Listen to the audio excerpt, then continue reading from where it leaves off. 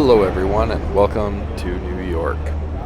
This is the third day of my trip to New York, and honestly, I was pretty tired, and I knew I only really had about 3 hours until I had to start heading back to Toronto. So, I was going to go to the park and just enjoy it, but it was a little bit cooler, and I was tired and didn't really feel like doing all the walking because I had done a lot of walking over the last couple of days. So I decided to go and just jump back on the tour bus and go for a spin.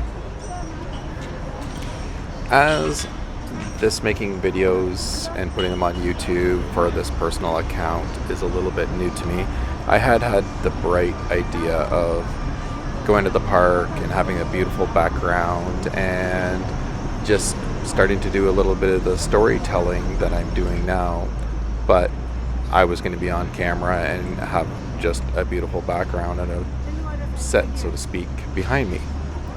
But I also noticed all the people every day in Times Square that were just doing videos and YouTube videos and TikToks and everything else. And I saw some of them in Central Park, I saw them in Times Square and other places, and I could tell how much time and effort they were putting into it. And I was super impressed because they're obviously professionals, and I'm not. But I'm on vacation, and I want to enjoy the city, I want to see the sights and sounds, and honestly, just sitting in Times Square, people watching is really entertaining, and even just watching the people make their videos, super entertaining. But the amount of takes and the amount of time and the effort that they put into it, I was like, I just want to remember and see the sights and sounds, and I can just do a sit down and talk about it afterwards. So originally I had planned on using my better camera for most of the video, which I'm using for this, but I had made a mistake on the memory card and forgot to bring it and had to get one, and then I got one, but then I didn't use it as much as I wanted to. So I kind of felt it was a shame to have taken all the time and effort, bring it there and not use it, get a new SD card, not use it.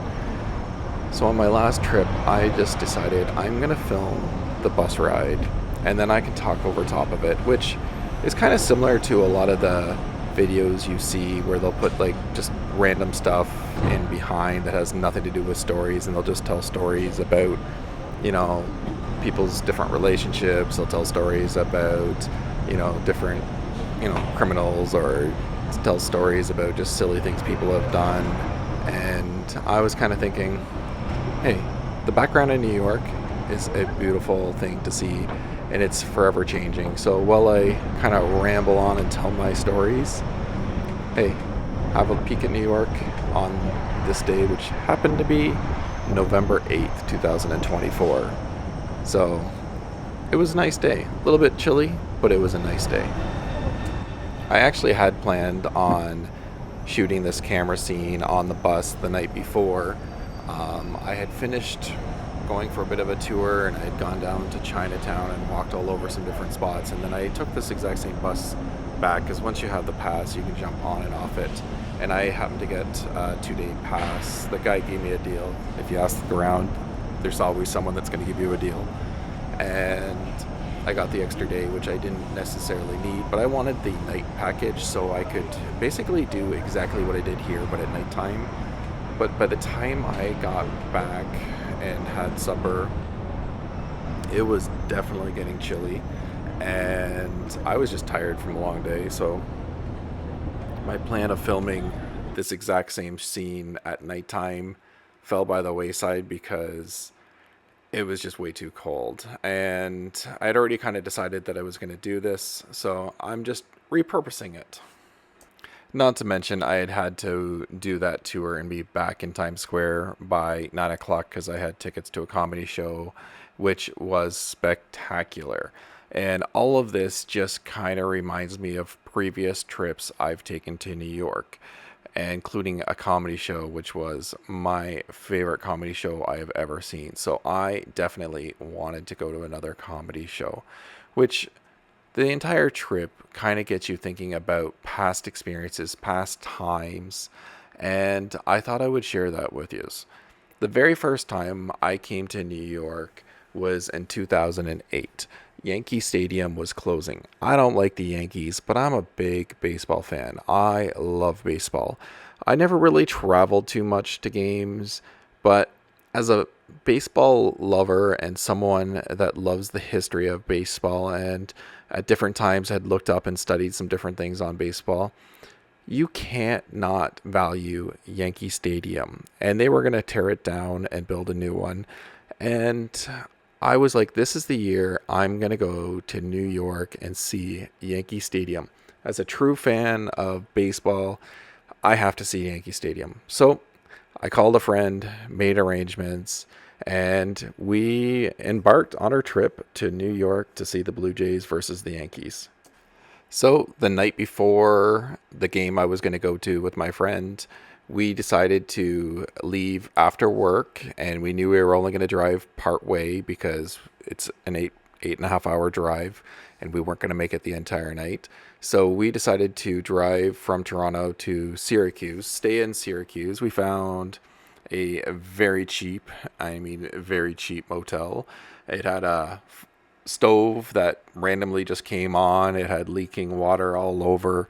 It was definitely not in the best part of Syracuse, but as a couple of young men in their 20s, we just cared about being cheap, and it was perfect for us. And Syracuse became one of the most memorable moments of our entire lives because when we stopped there, it was probably midnight, and we went to one of the bars to hang out for a couple hours. And one of the patrons or one of the wait staff, I can't remember, came up to us, and it was a really seedy bar. And the person was like, those guys at the end of the bar, yeah, they're casing you and they're planning on jumping you guys as soon as you leave. So we're definitely a little bit concerned due to the fact that the person seemed very adamant that they were going to jump us. We didn't make it ruin our night, but we stayed for another half hour or so. And we did happen to notice when a police officer came in by the door, and we're like, hey, this is our time. So we used that opportunity when a police officer came in the door to make our exit and went back to our also seedy hotel, which was not in good shape. But it made for a very memorable night, being told that we were basically going to be robbed the moment we walked out of the building. So that was our adventure in Syracuse, New York. But we continued on the next morning and made it to New York City. And one of the biggest things is we were just driving and driving, and it just seemed like you're on this road where you don't really see a lot of buildings because it was pretty hidden, all the buildings, even off the exits. You didn't feel like you were just approaching a massive city. And then all of a sudden we just kind of drove out, and it was just boom, there you are.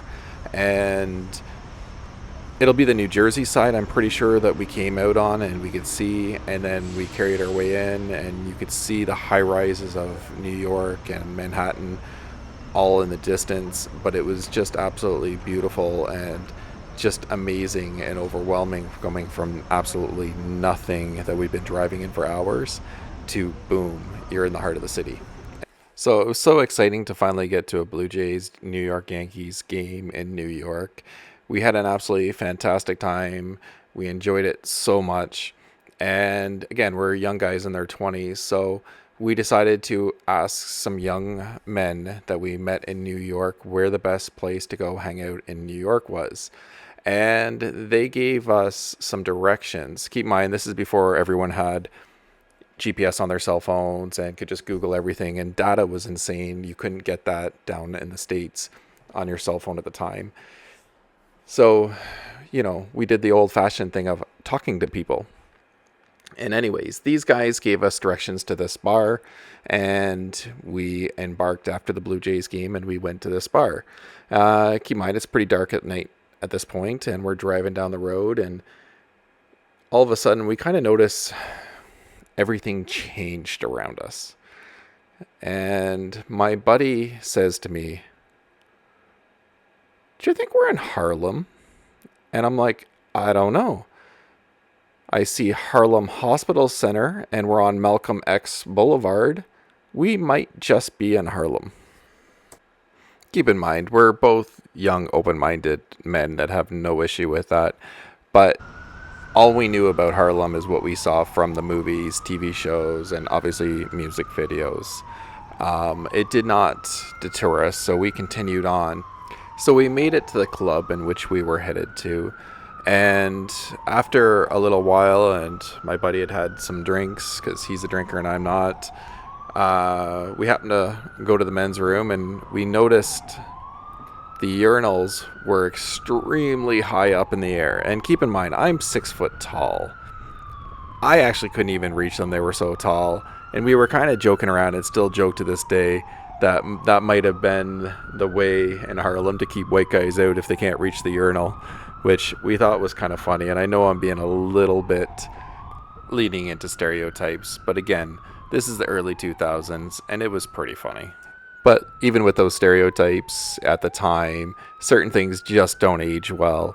The club was actually owned by P. Diddy, and obviously right now there's so much controversy that's going on about P. Diddy, but it just kind of adds to the story in which we had experienced at the time. And it is kind of funny because, again, in 2008, when we were traveling through New York, we noticed very much that it felt segregated.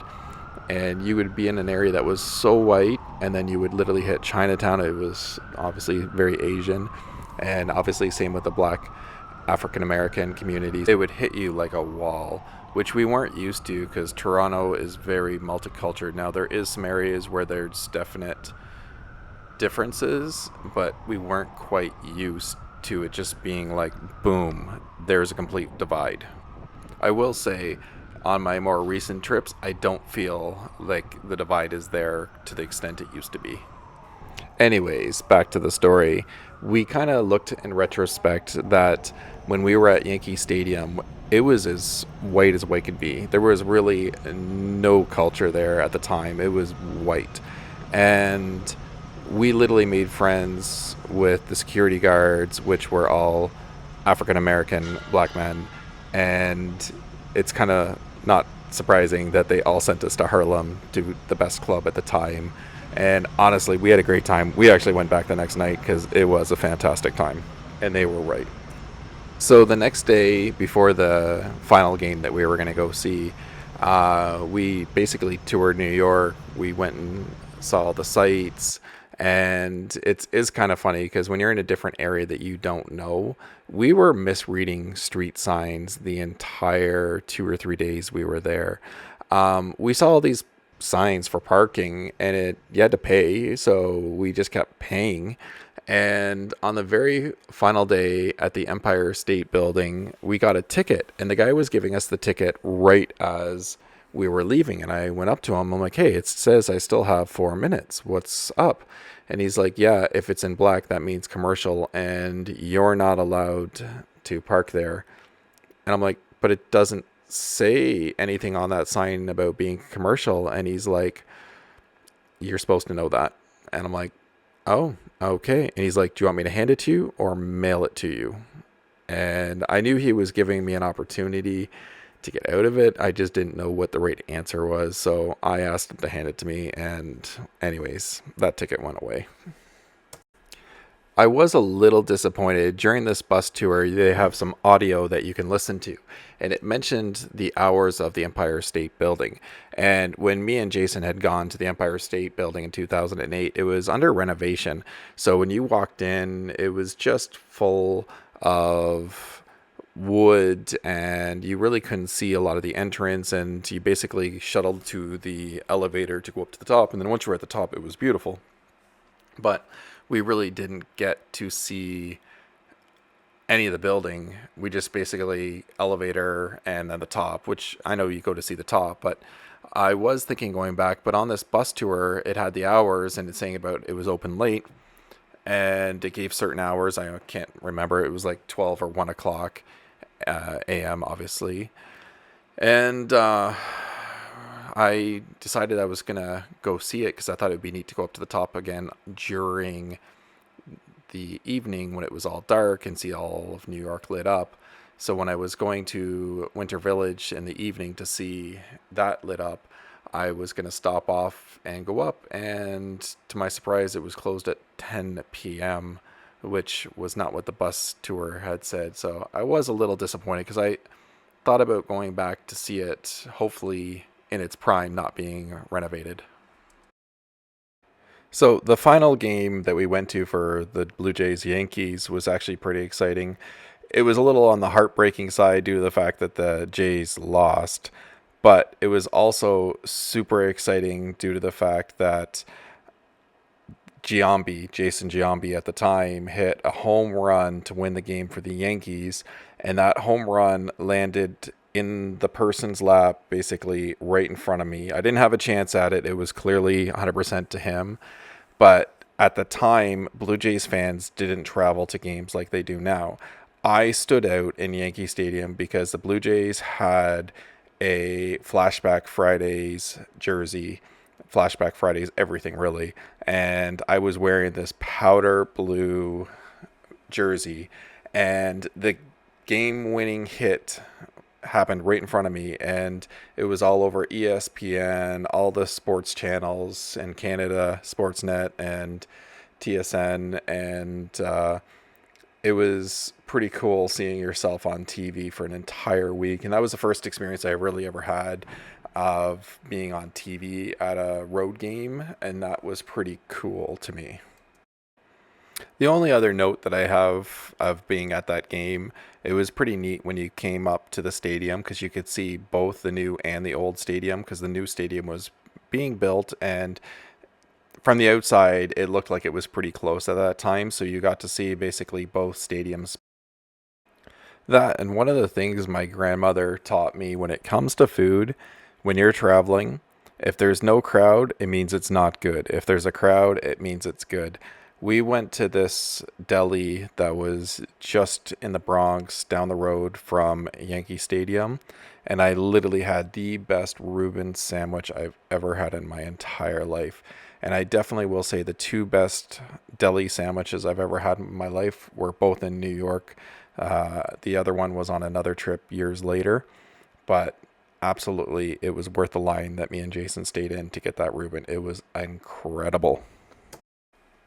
Overall, it was just an excellent trip, and it's the trip that basically set me off going to see a lot of baseball parks in the future, as well as continuing just doing trips like this. There were so many positive memories. I will say, though, there was one somber memory. We did go see the site of the World Trade Center. We didn't go there necessarily to see that. We went to Staten Island and we were doing some other driving around.